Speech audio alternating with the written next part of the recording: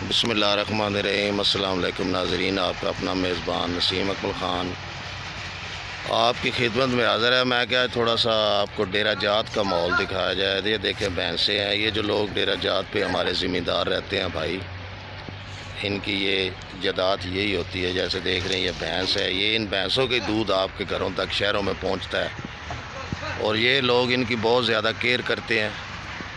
और इसी तरह ये गंदम और जो फसलें जितनी हैं ये सारी इन हमारे किसान भाइयों की मेहनत होती है। ये अब मैं थोड़ा सा दिखाता हूँ आपको कि ये क्या हाल है जनाब, ठीक है? ठीक है अलहम्दुलिल्लाह। अच्छा ये बताएं कि इस दफ़ा जो आपकी गंदम हुई है पर एकड़ जो है आपको कितना खर्चा हुआ है उस पर? खर्चा खाद 11-12 हज़ार तो आई लगती कोई नहीं। अच्छा, कोई खाद के हिसाब नाल अगर वेख्या जाए तो एडा कोई खास कणका जो असर कोई नहीं फायदा वो एवरेज कोई नहीं कणकों की हो रही। स्प्रे वगैरह कर करके ज़मीनें कमज़ोर हो गई, इस वजह से एवरेज कोई नहीं रही। एवरेज हुआ तो फिर फायदा है, एवरेज इतनी नहीं रही। बाकी अलहमदुलिल्लाह बच्चों का खान पीन बन जाता है। अच्छा जी, हम फिर पंजाबी भाई जन गल कर रहे हैं, मैं भी पंजाबी च करदा। अच्छा ये दसो कि तुहाडा साल भर दा यही सिस्टम है ना कि अपना ज़मीन वाही जी इहदे ते तुहाडी खुशी गमी सारे तुहाडे जितने मसाइल ने तुसी इहदे उत्ते ही ओवरऑल जिहड़े हो इस दे उत्ते ही करदे हो। कितनी इस वारी तुहाडी गंदम कितने एकड़ तुसी लाए सी गंदम? तकरीबन 6 एकड़ जिहड़ी है। अच्छा इस दफ़ा तुहाडे नज़दीक ये कि भाई काम बराबर ही है, प्रॉफिट वाली गल कोई नहीं? प्रॉफिट कोई नहीं खास है, बाकी घर के दाने साल के बन जाते हैं और वो भी घरों खर्चा करके। अच्छा अच्छा, और खास फायदा कोई नहीं। अब वो गंदम का रेट भी कोई नहीं, मुंजी का टाइम होता मुंजी का रेट कोई नहीं। जिस हिसाब नाल अखराजात ने उतना रेट नहीं।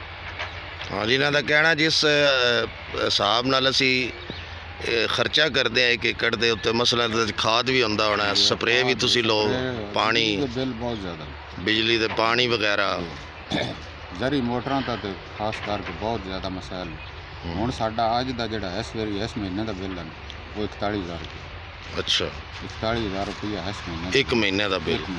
अज हुण मैं बिल लैके गया वापस डालें, लेकिन कटदे नहीं कटदे कोई। अच्छा, मसलन ऑफ हो जाए कट्ठा बंदा नहीं भर सकता, भरना फिर भी है भरना। हाँ जी, इस तरीके नाल तुहानूं थोड़ा जिहा व्यू विखाने दोबारा तुहाडे नाल गल करते हैं जी। तुसीं वेख रहे हो हुण उपर गंदम की कटाई भी इस टाइम हो रही है परली साइड ते। लेकिन एक गल है जिहड़ा पिंड का माहौल होंदा ना जी, इहदा एक अपना ही स्वाद होंदा, खुली आबो हवा होंदी है इत्थे। बंदा इत्थे मुफ्त दी तुहानूं ऑक्सीजन मिलती है। सुबह के टाइम बाहर निकलो, दरख्त होंदे न, सरसब्ज़ा माहौल होंदा है। सुबह सुबह अगर तुहाडी अखां ठंडक लगती है, महसूस होंदी, तुसीं सब्ज़े की तरफ अगर देखो, जिहड़े लोग वाक करते ना पार्कों के विच या नहरों ते जिन्हां दे नज़दीक ने, वो इस वास्ते सब्ज़े ते तुसीं वेखदे हो, सब्ज़े ते तुहाडी अख पैंदी, तुहाडी अख ते भी बड़ा उस चीज़ का असर होंदा है। और सब्ज़ा सुबह सुबह वेखना चाहिए। सुबह के टाइम बंदे वाक करके बंदे दा सांस ऑक्सीजन जिहड़ी वो बेहतर होंदी है और बंदा फ्रैश होंदा है ज़हनी तौर पर भी। तो किसान जिहड़े ने साडे बड़ी मेहनत करते हैं जनाब। अच्छा जी, कितना एक मझ दूध दे देंदी है? मझां दा दुध तो सारा नॉर्मल ही होंदा, दरमियाना 4-5 किलो। अच्छा, 5 किलो खर्चा तो इन्हां ते भी काफ़ी होंदा होना? खर्चा अलहमदुलिल्लाह मझां च कोई नहीं नुकसान। अच्छा जी माल मवेशी च नुकसान नहीं। माल मवेशी नुकसान ना नहीं? माल अल्लाह पाक बरकत देवे तो अलहमदुलिल्लाह इन्हां च नुकसान नहीं। गायें जेहड़ियां वो बहुत फायदे आई, दुध भी काफ़ी दे लेंगे साढ़े को गाँव। अच्छा मैं सुनिया अजकल कई जगह तो गाँव बड़ी बीमारी आई, इस पासे तो नहीं? बीमारी है, मेरे भाई की भी गाँव।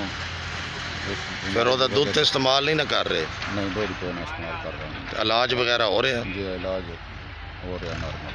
अच्छा अपने तौर पर। लेकिन इस इलाके ज़्यादा उस तरीके की बीमारी नहीं जिस तरह वो जनूबी पंजाब वाली साइड से है। मैदे का मसला बनता ज़्यादा। अच्छा, खान पीन छड़ देंगे इस वजह से फिर जो मैदा बुट हो जाता, फिर वो कमज़ोर हो जाता जानवर। और उन दूध से कोई बीमारी नहीं आ रही। हाँ जी, जैसे ये कह रहे हैं ये सामने देखिए जी, आज का जदीद दौर है, मशीन लगी हुई है जो गंदम की कटाई वाली। देखें जैसे धुएं की तरह मिट्टी उड़ रही है जनाब। ये मैं कि आपको थोड़ा सा, एक किसान भाई थे हमारे, इनसे हमने बात करवाई है, थोड़ा सा आपको बताया जाए इस हवाले से भी। इसके साथ ही नसीम कबूल खान इजाज़त चाहता है। हमेशा खुश रहें, दूसरों को भी खुश रखें और हमें भी दुआ में याद रखें। अल्लाह हाफिज़।